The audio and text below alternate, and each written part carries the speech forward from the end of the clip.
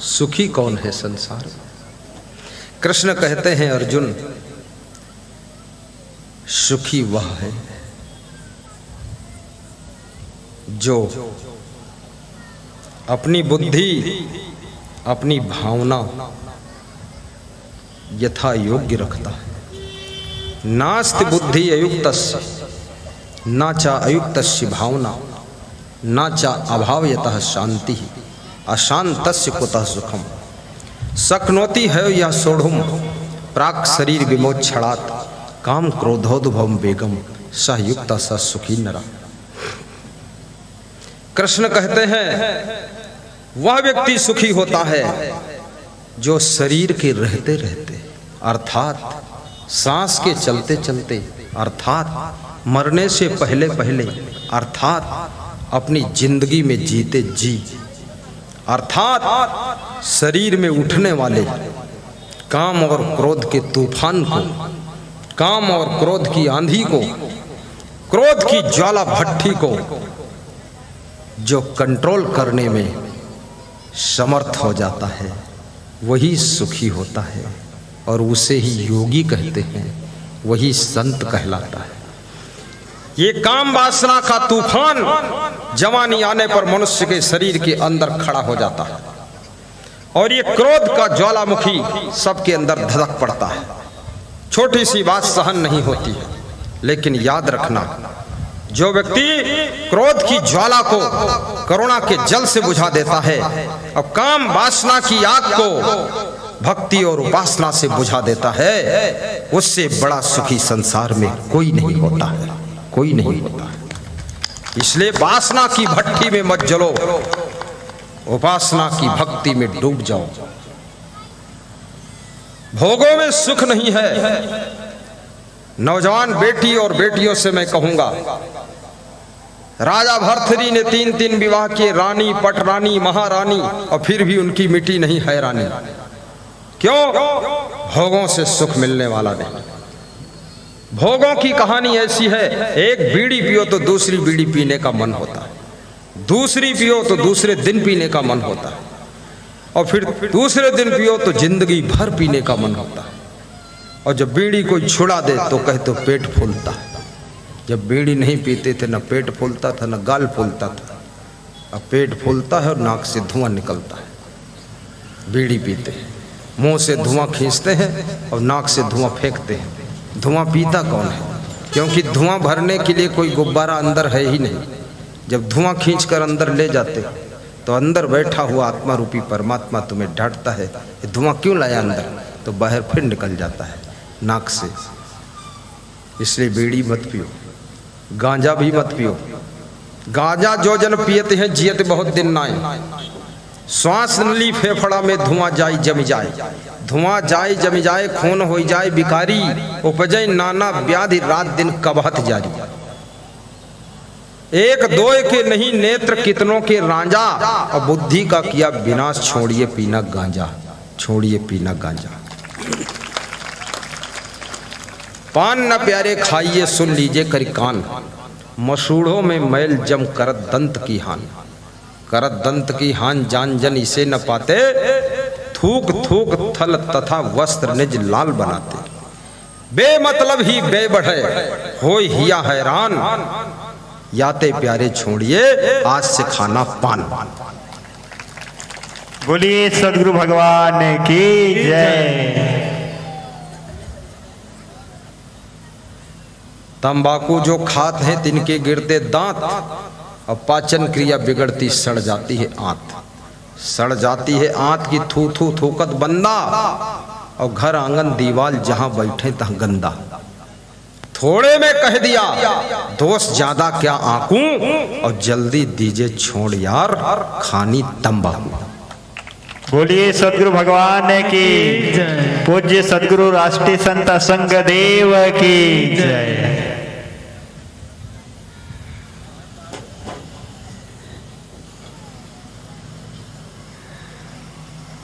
दारू जो जन पियत हैं रहे सदा कंगाल, पागल बनते घूमते तकई दूसरा माल। तो कहीं दूसरा माल और शाम को जूता खावें, उल्टी पलटी करें और टट्टी में पड़े रह जावें। थोड़े में कह दिया छोड़ो प्यारे दारू, और चाहे इंडिया के रहने वालों हो चाहे नेपाली हो थारू, लेकिन छोड़ दो दारू। चलो दारू का हो गया। अब हम तुरंत रचने कर देते हैं, कौन झंझट पर है। हाँ रच देते हैं और क्या है। थोड़ी देर और सुनाऊं कि बंद कर दूं? जितने लोगों की इच्छा है थोड़ी देर और सुनाओ, वे दोनों हाथ ऊपर को मत उठाओ।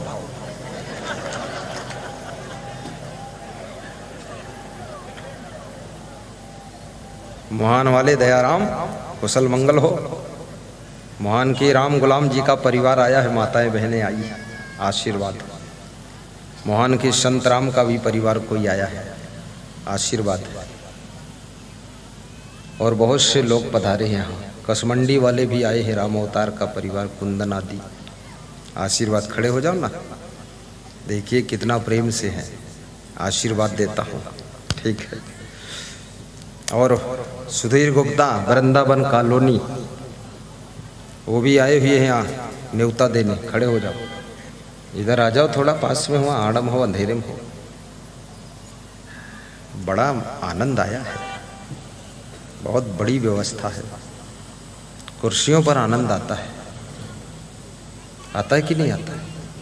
अगर कुर्सी ना होती गीले में बैठत को बड़ी समस्या हो जाती। विशाल अग्रवाल ने 100 कुर्सी दान दिया।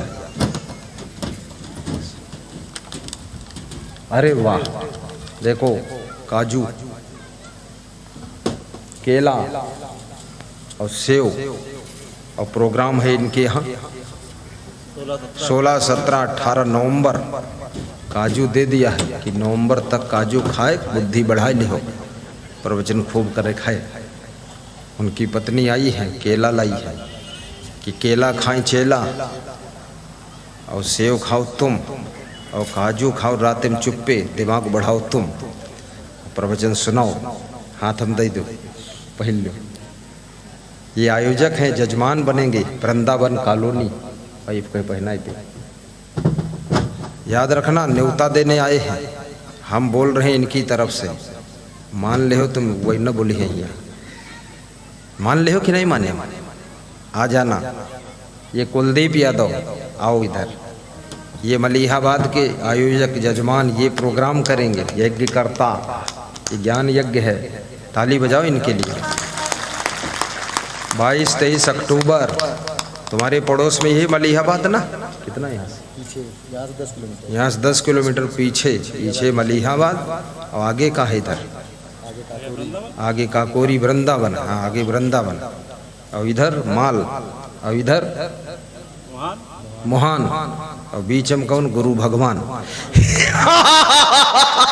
चलो बैठो जाओ।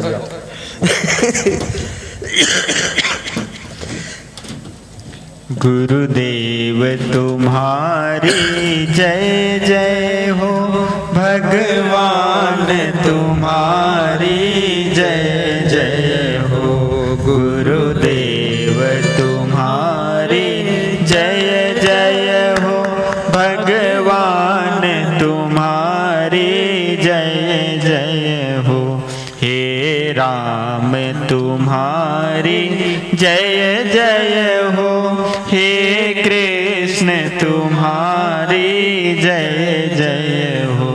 कबीर तुम्हारी जय जय हो, महावीर तुम्हारी जय जय हो।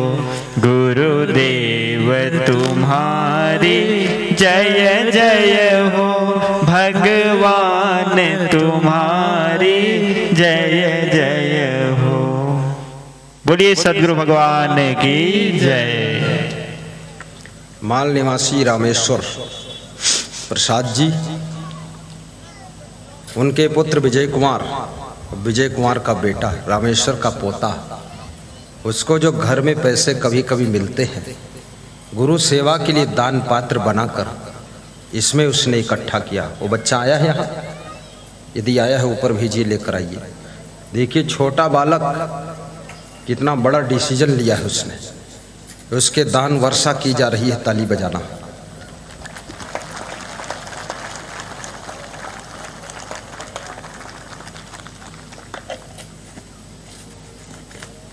नित्य दान करने से घर में बरकत होती है।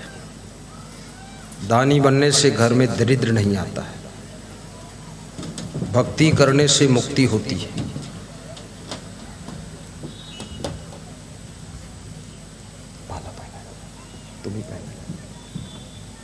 देखिए बाबा है, ये पोता है। ऐसे ऐसे पोता सबके घर जन्म ले, संस्कारी पोता है।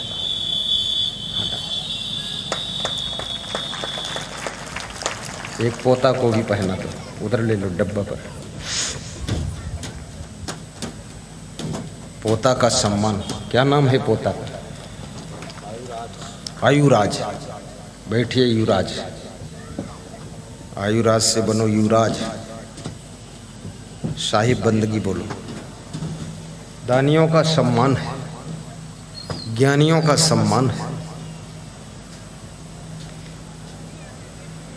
शक्नोती है यासो प्राक शरीर विमोच छड़ात काम क्रोधोद्भौम बेगम सह युक्ता स सुखी नरा। जिस समय आपको क्रोध आता है, क्रोध हमेशा प्रतिकूलता पड़ने पर आता है।